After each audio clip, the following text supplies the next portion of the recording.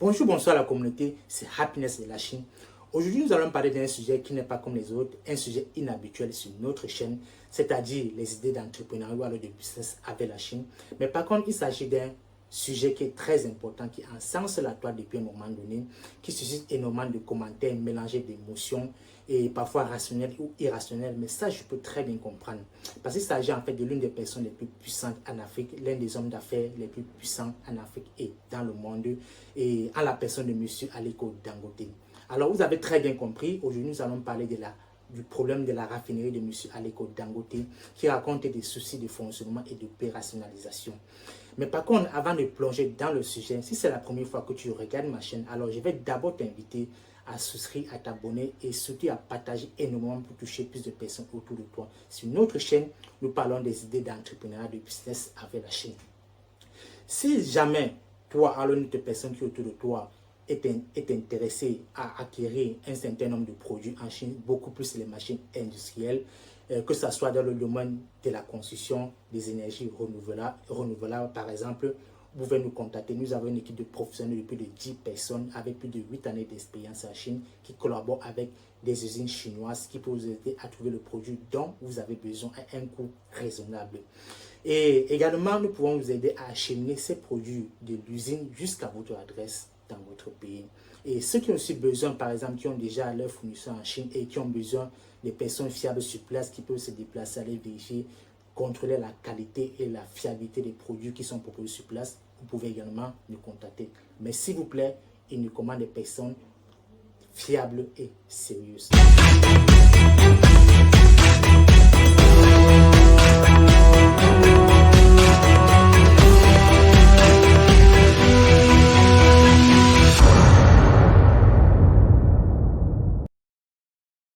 Alors, revenons dans l'affaire de M. Aliko Dangote. Il faut quand même rappeler que M. Aliko Dangote, son succès dans le monde du business en Afrique et dans le monde n'est plus à démontrer. Il a bâti sa fortune dans les investissements en amont, c'est-à-dire beaucoup plus dans la production d'un certain nombre de produits tels que le sucre, le ciment, les semences agricoles et bien d'autres. Et il y a de cela quelques années, M. Aliko Dangote a également décidé de se lancer dans la production des produits dérivés pétroliers. Et c'est un domaine qui, contrairement aux autres dont j'ai mentionné bien plus tôt, a ses particularités, a ses difficultés, ses challenges, mais aussi très rentable. Et je pense, à mon avis, que c'est certainement l'une des raisons pour laquelle M. Aliko Dangote raconte des challenges, parce que c'est un domaine qui n'est pas vraiment comme les autres. Ça, c'est propre code. Mais puisqu'ici, lorsqu'on parle de M. Aliko Dangote, on ne pourrait parler de lui sans mentionner le Niger, parce qu'ici, il s'agit bien du Niger. Le secteur pétrolier, en fait, pour le Niger, est un secteur clé, c'est un secteur très important. Juste pour donner quelques chiffres, le Nigeria, comme en fait, il faut d'abord rappeler que le Nigeria, c'est la troisième économie la plus importante de l'Afrique en termes de PIB. Et également, c'est le plus gros marché africain avec plus de 218 millions d'habitants. Donc, vous comprenez bien l'importance que le Nigeria joue dans l'économie d'Afrique. Et en ce qui concerne le secteur pétrolier gazier, plus précisément, c'est jusqu'à 65% des revenus de l'État en 2003. Et le secteur pétrolier à lui seul couvre jusqu'à plus de 85% des recettes d'exportation du Niger. Alors vous comprenez, le Niger, comme beaucoup de pays africains qui sont beaucoup plus tournés vers les ressources naturelles pour en tirer la plus grande partie de leurs revenus. Après, c'est la même structure, économique ou alors de revenus basé beaucoup plus sur les exploitations sur les exploitations des ressources naturelles. En ce qui concerne le Niger est beaucoup plus, sa structure économique est beaucoup plus basée sur les exploitations des produits pétroliers. Et c'est jusqu'à 85% comme je viens de le mentionner. Donc c'est un secteur clé pour cette économie. Et vous comprenez donc que c'est une aubaine pour un homme, pour un investisseur, pour un homme d'affaires comme M. Aliko Dangote qui décide de se lancer dans ce domaine-là. C'est une aubaine. Non seulement pour lui, mais également pour tout le Niger et aussi certainement même pour l'Afrique. Alors, je vais partir de 3 points pour qu'on puisse mieux comprendre ce qui se passe avec cette affaire. Premièrement, d'abord, alors, qu'est-ce qu'il faudrait d'abord qu'on comprenne très bien que l'action ou alors les investissements de M. Aliko Dangote, que M. Aliko Dangote fait dans le secteur pétrolier est vraiment louable. C'est une aubaine, comme je l'ai bien dit, pour l'économie nigérienne, mais également pour l'Afrique. Alors, premièrement, cette raffinerie, la raffinerie de M. Aliko Dangote est censée aider le Nigeria à réduire son niveau de dépendance économique vis-à-vis de l'extérieur. Comme je l'ai mentionné un peu plus tôt, les recettes d'exportation du Nigeria dépendent à 85%, il dit bien 85% des importations, des exportations des produits pétroliers à l'état brut. Alors vous comprenez que ça fait en fait une économie très peu diversifiée et très exposée vis-à-vis de l'extérieur, comme en fait la plupart des pays africains qui dépendent en fait de l'exploitation des ressources naturelles à l'état brut. Et un autre point qui est très particulier concernant le Nigeria, c'est que la monnaie du Nigeria, c'est-à-dire le naira, s'il vous plaît, le naira, en fait, elle est arrimée au dollar.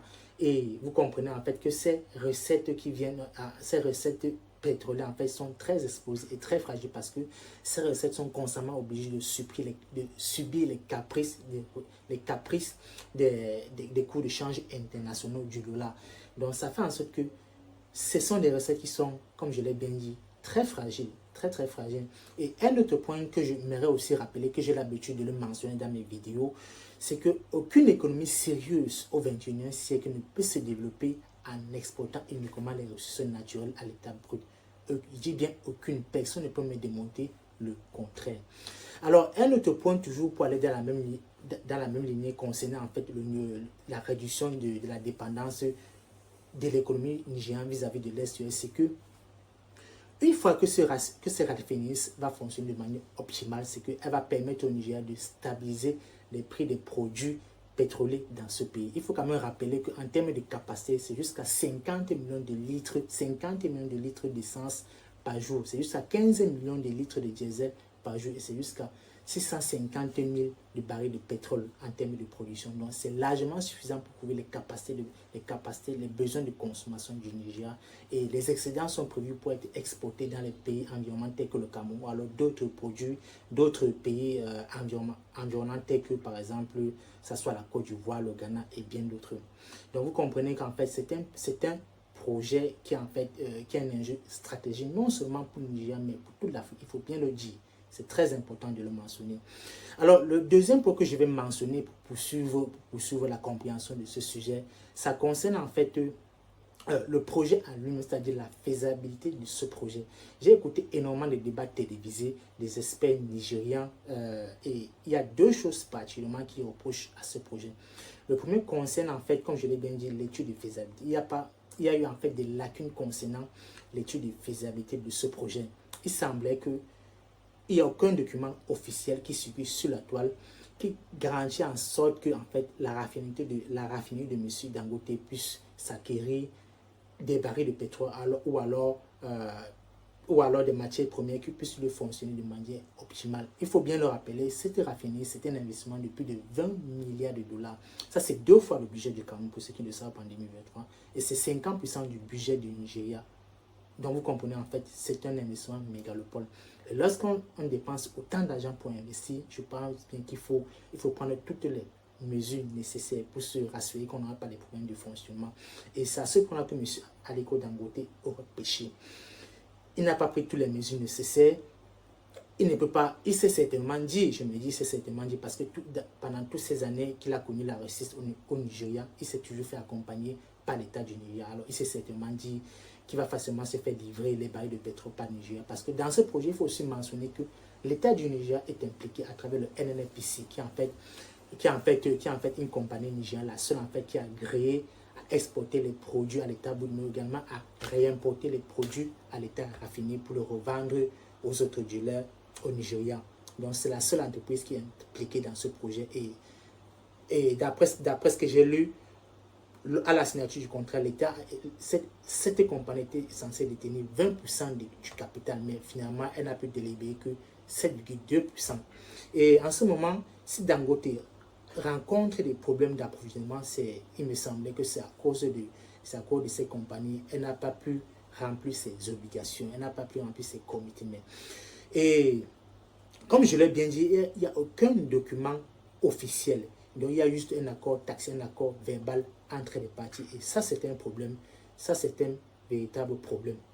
Et deuxièmement, c'est que, comme je l'ai bien dit, beaucoup d'experts reprochent également à M. Aliko Dangote de se reposer trop sur le Nigeria, de se reposer trop sur le Nigeria. Pour un projet comme celui-là, il ne peut pas certainement se dire qu'il va uniquement se reposer sur le Nigeria pour s'approvisionner. Il y a également des produits, je me rappelle quand même qu'il y a des pays dans ce monde comme la Corée qui ne produit pas le pétrole à l'état brut, mais par contre qui a l'une des plus grandes raffineries dans ce monde, mais qui s'approvisionne plutôt vers l'extérieur. Donc, ce qui voulait dire, en dehors du Nigeria, M. Aliko Dangote aurait dû quand même se rassurer que s'il arrive que le NNPC fait faillite à l'approvisionner comme ça se doit, il a quand même les ressources à l'extérieur par lesquelles il est censé s'approvisionner. Donc ça, c'est ce que les experts nigériens sont en train de reprocher à ce projet. Et troisièmement, en fait, que je dirais, à mon sens, est beaucoup plus la thèse du sabotage. Parce que beaucoup pensent également que si cette raffinerie est en train de rencontrer des problèmes de fonctionnement, il y a certainement des problèmes de sabotage. Comme M. Dangote l'a dit également dans l'une de ses interviews, il ne s'attendait pas à ce que la mafia qui est dans le secteur pétrolier est censée être plus sévère que celle qu'on peut rencontrer dans le secteur de la drogue. Il faut quand même l'avouer que dans le secteur pétrolier, comme je l'ai dit, ça c'est code et c'est un domaine qui, je dirais, qui est fait. On ne laisse pas entrer n'importe qui dans ce domaine. Même si tu as beaucoup d'argent, on ne laisse pas entrer n'importe qui dans ce domaine. Et je dirais, c'est un marché qui est vraiment un marché concentré. Il y a uniquement très peu d'entreprises qui dominent ce monde, qui dominent cette industrie dans ce monde. Donc c'est une niche vraiment très fermée, très fermée. Et il y a une mafia qui est vraiment très prépondérant dans son domaine. Il y a par exemple, d'après mes recherches, il semblait que certaines personnes qui tiennent comment dire, la direction du NNPC ont certainement ce qu'on appelle les blending plants. C'est une sorte de raffinerie à petite échelle, mais qui là en fait produit des produits qui ne sont pas complètement raffinés, mais qui sont mélangés à partir d'un certain nombre de produits. Donc tu vois, ça voudrait dire qu'il y a certains ponts du régime qui sont impliqués également dans ces opérations. Donc pour eux, si M. Dangote parvient à faire fonctionner cette raffinerie de manière opérationnelle, optimale à 100%, il est certainement en train de couper une part du gâteau à ces personnes-là. Donc vous comprenez que c'est une bataille.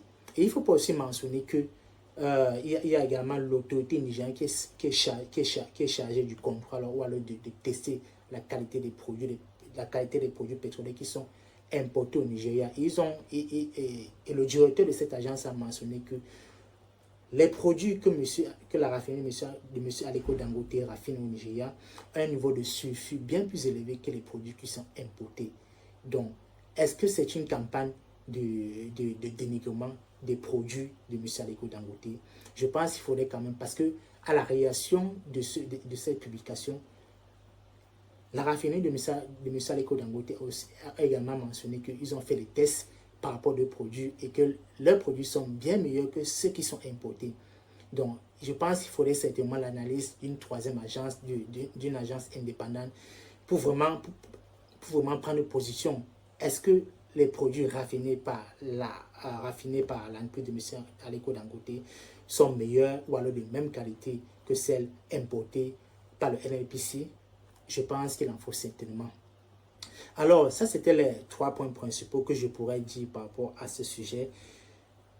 C'est une raffinerie, c'est un projet qui est louable pour le Nigeria, pour l'Afrique. Je pense que pour un tel projet, M. Aliko Dangote doit se faire accompagner par le gouvernement. Ce n'est pas n'importe qui au Nigeria, ce n'est pas n'importe qui en Afrique. Ce qu'il est en train de faire, non seulement c'est bien pour le Nigeria, mais c'est pour toute l'Afrique. C'est pour permettre au Nigeria de réduire son niveau de dépendance économique. Elle va permettre de créer davantage d'emplois. C'est également augmenter les réserves d'échange de ce pays vis-à-vis de l'extérieur. Mais également, c'est un projet d'envergure, c'est comme la plupart de ces projets qui sont dans le secteur pétrolier, il y a des précautions qui doivent être prises. Mais il faut également éviter parce qu'il y a beaucoup également qui reprochent que M. Aliko Dangote qui a déjà le monopole dans certains secteurs du Nigeria, tels que le ciment par exemple. Lui et ses amis, ils font la loi en ce qui concerne les prix du ciment les prix du ciment au Nigeria. Ils veulent éviter qu'il y ait un nouveau monopole de cet homme d'affaires. Dans tous les cas, je pense que l'État doit l'accompagner, mais l'État doit aussi prendre les mesures de telle sorte qu'il n'y a pas un nouveau monopole, comme beaucoup le pensent. Parce que si un homme à lui seul contrôle toute une économie dans plusieurs activités, vous savez très bien ce qui peut se passer. Ça ne serait pas certainement au profit du consommateur final. Alors, c'était la fin de cette vidéo. Restez scotchés pour une nouvelle vidéo. Je pense que dans le futur, nous aborderons également les sujets de telle sorte, parce que aussi il s'agit d'entrepreneuriat, il s'agit des problèmes que tout homme d'affaires, vous qui commencez aujourd'hui peut-être avec 5 millions, il arrivera certainement un jour que vous allez vous retrouver à des milliards, et ce sont des problèmes que vous pouvez rencontrer. Et sachez que dans ce domaine, dans cette vie, il y a des domaines dans lesquels pour se lancer, il faut se poser de bonnes questions, mais il faut aussi surtout avoir de très bonnes relations avec le temps. Alors restez scotchés à notre chaîne YouTube et à la prochaine.